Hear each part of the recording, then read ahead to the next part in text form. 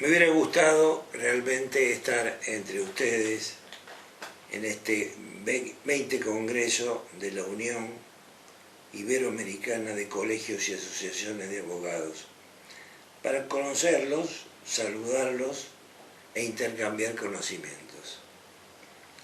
Pero un inesperado problema de salud me obligó a que me operaran de urgencia, operación de la que aún no estoy recuperado, y el cirujano me aconsejó no viajar a Panamá. Todo expediente, como ustedes saben como abogados, no surge de su lectura la verdad de los hechos que esconde detrás de sus palabras. Por lo tanto, yo ahora voy a tratar de explicarles en qué consistió el famoso caso Alavi y por qué el mismo terminó como terminó. En mi lejana juventud había leído un libro de George Orwell llamado 1984, que muchos de ustedes habrán leído y conocerán seguramente. Me resultó una auténtica pesadilla, como un sueño angustioso y tenaz, y una preocupación grave, porque su autor se imaginó cómo sería el futuro de las comunicaciones 35 años con posterioridad. Lo más grave es que lo contó de una manera tétrica y su acción transcurre en un país que se llama Oceanía, un país imaginario que está en guerra permanente, no se sabe contra quién ni con quién. Sin embargo, permanentemente el Ministerio de la Verdad anuncia a través de los altoparlantes que la victoria ha sido alcanzada. El personaje central de la obra se llama Winston Smith y es un personaje que desconfía del Gran Hermano y por supuesto del Partido Único, y lleva una pequeña libreta secreta para que no se la vean las telecámaras que espían a todos los ciudadanos, donde critica todas las actividades del gobierno. Y trabaja en un ministerio que se llama el Ministerio de la Verdad, donde precisamente su trabajo consiste en deformar la verdad. ¿Cómo se deformaba la verdad? Cambiando la historia, sacando de la historia a los personajes que no eran de agrado del Gran Hermano e inventando hechos que no eran los que habían ocurrido realmente en la anterior historia de Oceanía, antes de la llegada del Gran Hermano. Julia, una compañera de trabajo, pasa un día a su lado y le deja un papel diciéndole te amo. Y allí nace una relación amorosa que se extiende por lugares insólitos como parques, prados, plazas, iglesias y hasta también los domicilios personales de ambos enamorados. Esta relación es descubierta por los esbirros del Gran Hermano. Ambos son detenidos y torturados durante 7 años. Al terminar estos 7 años de tortura, Winston sale totalmente con el cerebro lavado, diciendo la frase predilecta del Gran Hermano: la libertad es la esclavitud. 2 y 2 son 5 y el poder es Dios. En aquellos años de joven inocencia jamás imaginé que el Gran Hermano pudiera instalarse en mi país.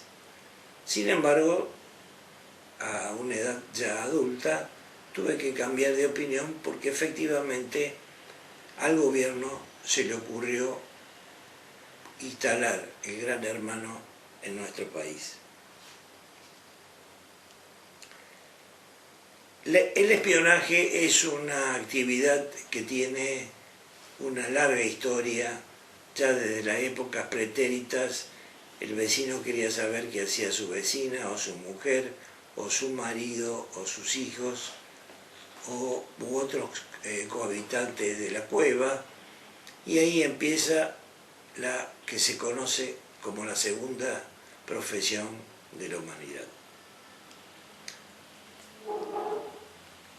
La ley que me refiero, conocida como la ley espía, que lleva el número 25873, fue introducida en el Congreso como un proyecto para evitar los secuestros extorsivos y luego, no se sabe por quién ni con qué motivo, fue modificada y aprobada a libro cerrado en esas sesiones maratónicas de fin de año, precisamente un 27 de diciembre, por la mayoría tanto de la Cámara de Diputados como la de Senadores.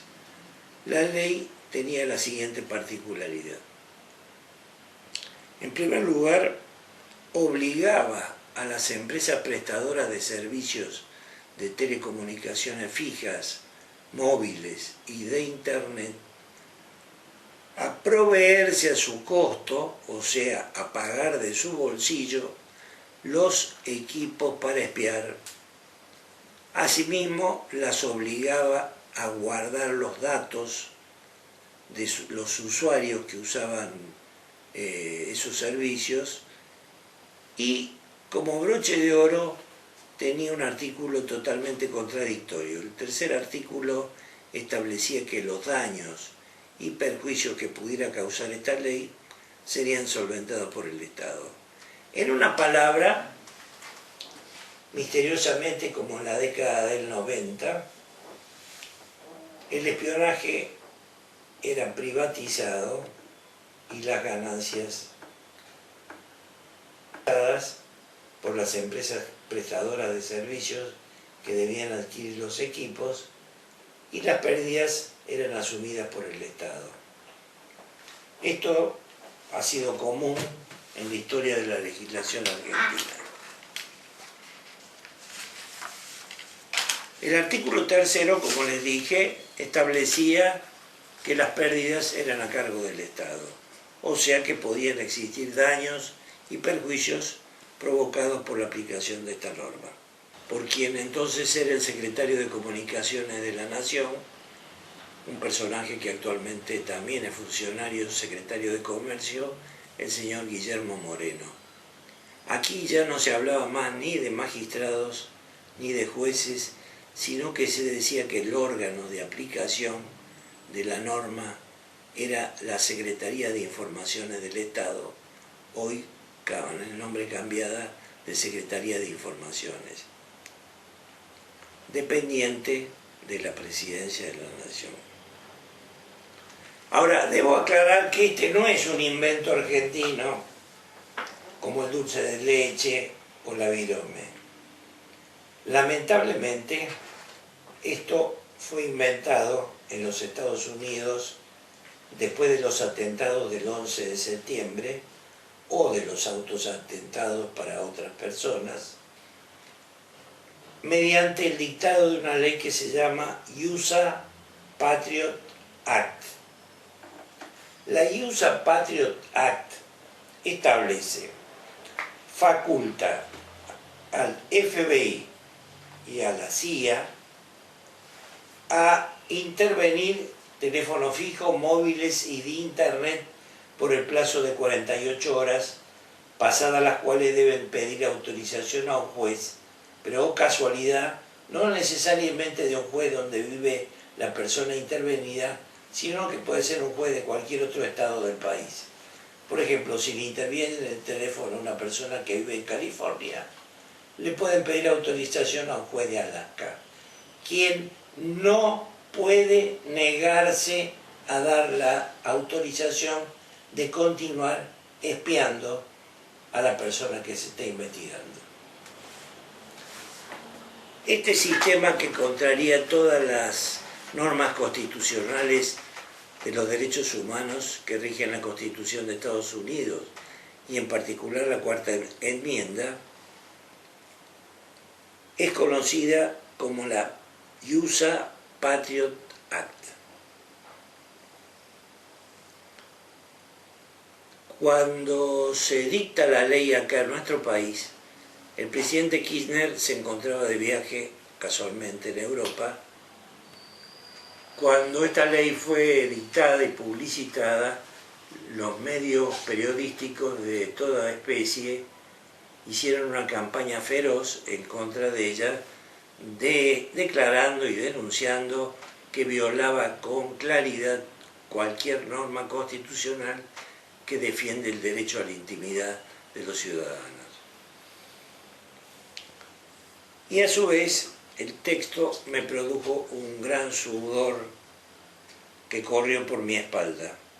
El temor a que el gran hermano dejara de ser parte de una novela y se transformara en realidad en mi propio país. Comencé a estudiar el tema con colegas que sabían más que yo. Algunos me dijeron que la ley era constitucional, otros me dijeron que no lo era, otros me aconsejaron que no me metiera en el asunto por los peligros que me podría causar meterme en el asunto, y también recibí un montón de información de colegas extranjeros con la legislación comparada en la mayoría de los países de la Comunidad Europea y de los mismos Estados Unidos antes del dictado de esta ley USA Patriot. Pedí auxilio al Colegio Público de Abogados de la Capital Federal, cuya respuesta fue cajonear el escrito que yo había presentado pidiendo su colaboración.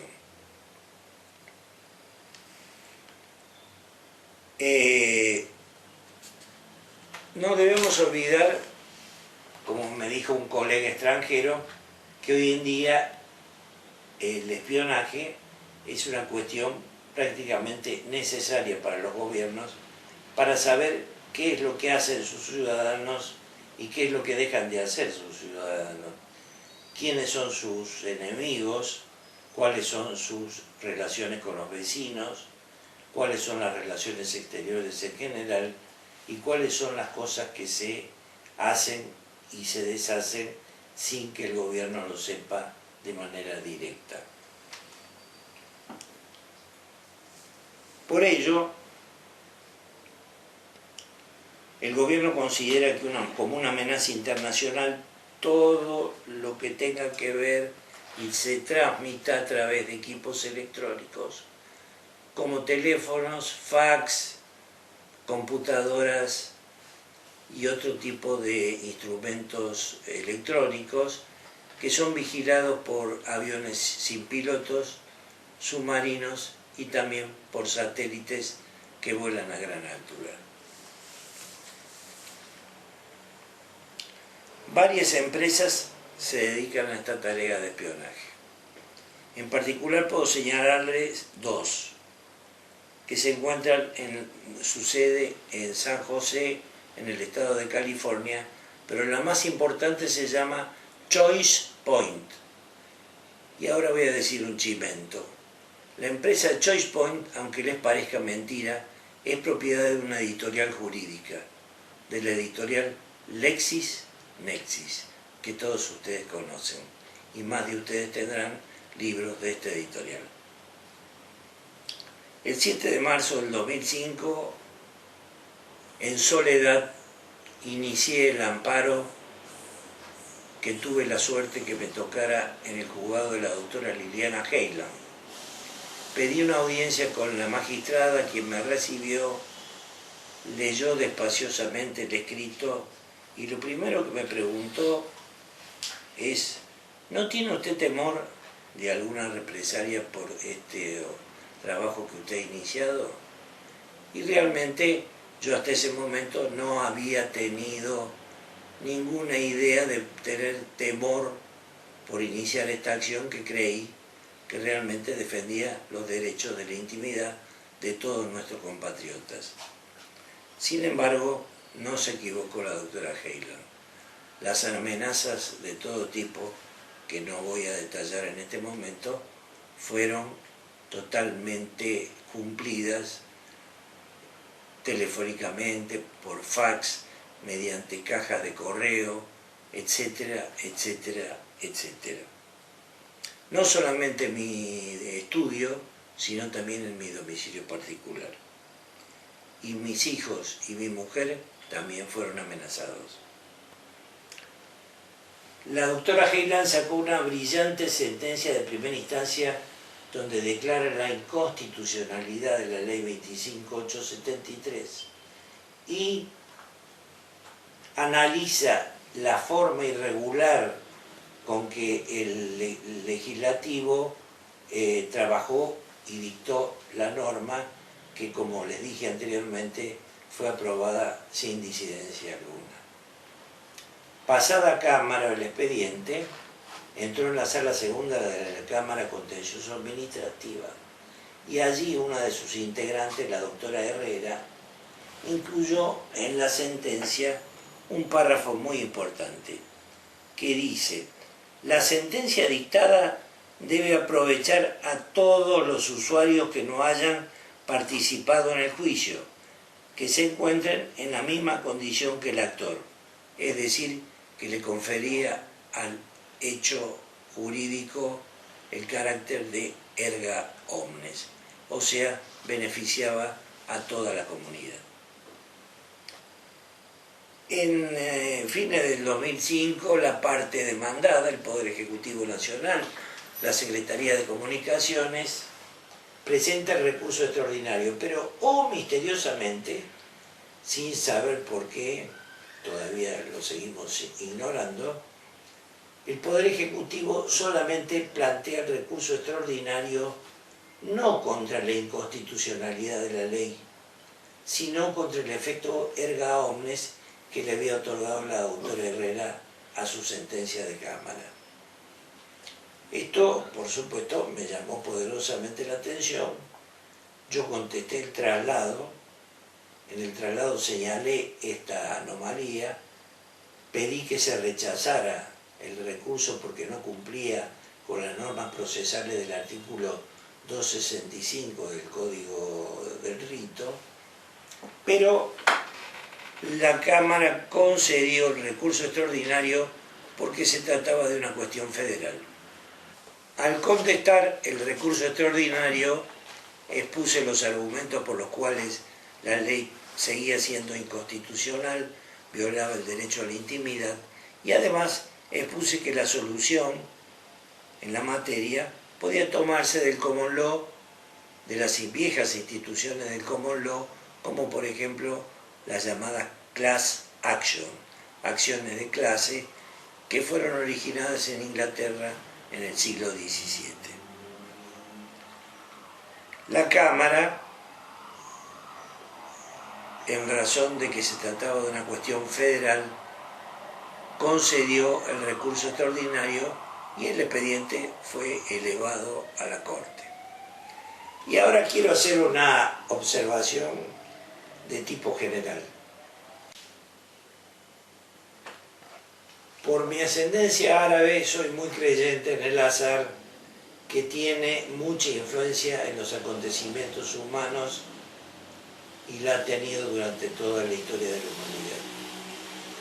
En marzo del año 2008, un hecho azaroso, los muchachos espías de la Secretaría de Informaciones del Estado, evidentemente sin tener nada que hacer, se les ocurrió interferir las computadoras y los teléfonos de los doctores Lorenzetti, Argibay y Zaffaroni, sin perjuicio además de haber intervenido computadoras de montones de periodistas, todos ellos del arco opositor, y también de muchos artistas, incluido la señora Mirta Legrand. ¿Qué significó este hecho azaroso? Que levantó los nervios, seguramente, de los miembros de la Corte que habían sido vulnerados sus derechos a la intimidad al interferir sus computadoras y sus teléfonos sin su propio conocimiento. Según tengo entendido, el doctor Lorenzetti fue a protestar personalmente al presidente Kirchner entonces el hecho que a él le había molestado, tanto a él como a sus colegas. ¿Esto para qué sirvió? Sirvió para que el tribunal convocara a una audiencia pública. La tercera audiencia pública que hizo la Suprema Corte de Justicia de la Nación fue precisamente el caso Alavi.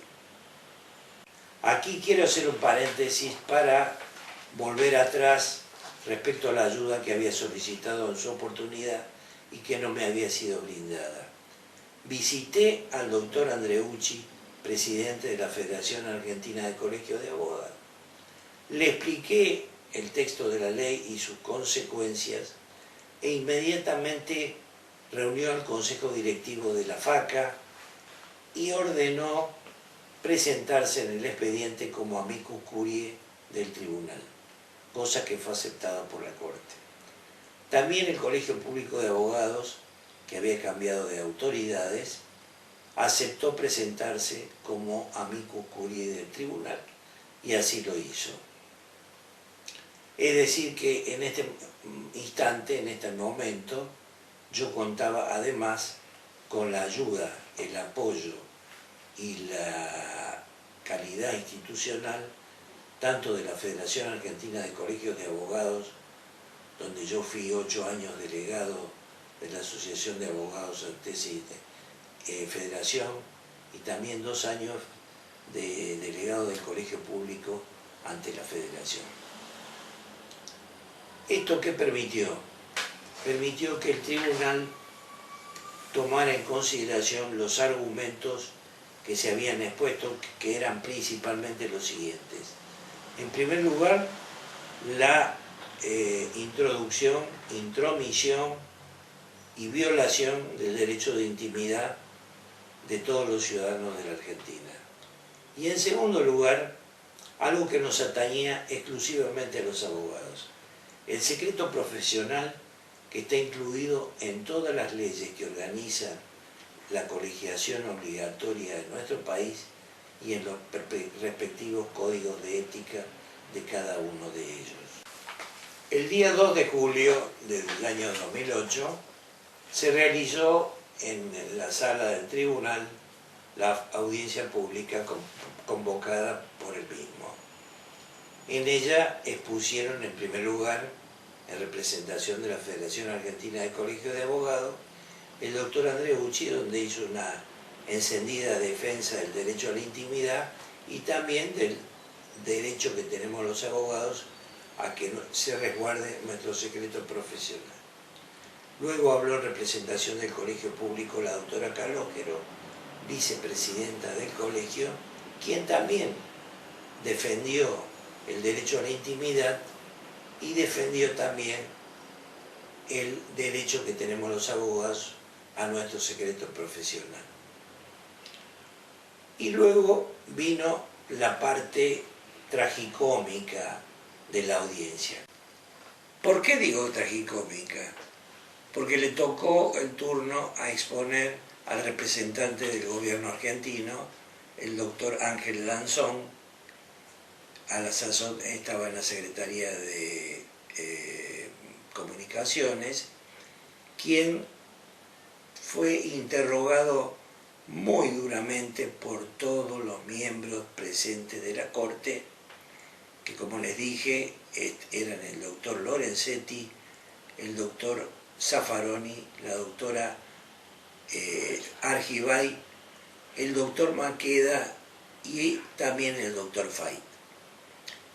Todos ellos interrogaron duramente al doctor Lanzón sobre los motivos por los cuales se había dictado la ley, la no necesidad de esa ley porque existe en nuestro sistema montones de normas que defienden la intimidad y que defienden los derechos de investigación en las actividades criminales, y el doctor Lanzón no solo pudo terminar su discurso levantando los brazos en señal de derrota. Quedaba solamente mi alegato, que fue breve. Fue breve porque en realidad las preguntas que me hicieron fueron realmente de fácil contestación. Me preguntaron si mi teléfono y mi computadora habían estado intervenidos, y la respuesta fue afirmativa, por supuesto, me preguntaron si me parecía que la ley violaba la intimidad. Esta pregunta me la hizo el doctor Maqueda, le contesté claramente que sí, dándole todas las razones suficientes para ello. Y por último, ¿cuál era el exceso que se veía en la ley? En resumen, todas estas preguntas que me hicieron los ministros fueron claras y fáciles de contestar. Lorenzetti me preguntó cuál era mi opinión respecto a cómo yo consideraba que la ley y el decreto reglamentario violaban de manera grosera la Constitución Nacional. Y por último, Maqueda me preguntó cuál era el exceso que yo veía en la ley que se había dictado. En resumen, todas las preguntas que me hicieron los ministros fueron claras y fáciles de contestar. No sabía realmente cómo concluir mi alegato. Y se me ocurrió recordar una vieja frase de Alberdi que había estudiado en la escuela secundaria con mi profesor de instrucción cívica, allí presente, el doctor Carlos Fay. En cuarto año de mi escuela secundaria había sido mi profesor de instrucción cívica, que siempre nos enseñaba una vieja frase de Alberdi que decía: el pueblo debe ser testigo del modo como los tribunales desempeñan su mandato de interpretación y aplicación de las leyes. Debe constarle ocularmente si la justicia es una mera palabra o es una verdad de hecho. Esto está subrayado en el libro de Alberdi. Después de más de 40 años de ejercicio profesional, dije, considero que las palabras de Alberdi se concretarán en la sentencia que deberá dictar este alto tribunal respecto a la inconstitucionalidad manifiesta de la ley 25.873. Y eso ocurrió efectivamente el día 24 de febrero del año 2009. Me enteré telefónicamente por un amigo mío periodista que la Corte había emitido un fallo sin precedentes, un verdadero leading case, que se conoce como el caso Alavi, lo que me llena de orgullo por mi apellido y por mi trabajo en soledad, para que ello sea conocido por el mundo entero. Acoge por primera vez la figura inédita de nuestro sistema jurídico, la acción de clase que yo le había citado en mi contestación de traslado, que permite garantizar los derechos de incidencia colectiva referente a intereses individuales, lo que significa una importante modificación en el control de constitucionalidad y en el sistema judicial en general. Espero que las explicaciones que he dado sirvan para entender el trasfondo de qué fue la ley 25.873 y el trámite que llevó desde la presentación de mi amparo en el año 2005 hasta la sentencia del 24 de febrero del año 2009. Les agradezco y les mando un efectivo abrazo desde aquí, Buenos Aires, Argentina. El avance tecnológico de los últimos años nos ha demostrado que el espionaje sigue vigente como en los primeros tiempos. Podemos citar a título de ejemplo el caso del Wikileaks, el caso de Murdoch en Inglaterra, el caso del juez Garzón en España y recientemente en nuestro país un proyecto X también destinado a espiar a las fuerzas opositoras al actual gobierno. Yo, como colega, los invito a ser firmes defensores del derecho a la intimidad y de la libertad, y también al derecho del secreto profesional. Para ello, pongo a vuestra disposición el texto completo del caso Alavi, donde ustedes encontrarán todos los detalles, las demandas y las sentencias allí ocurridas.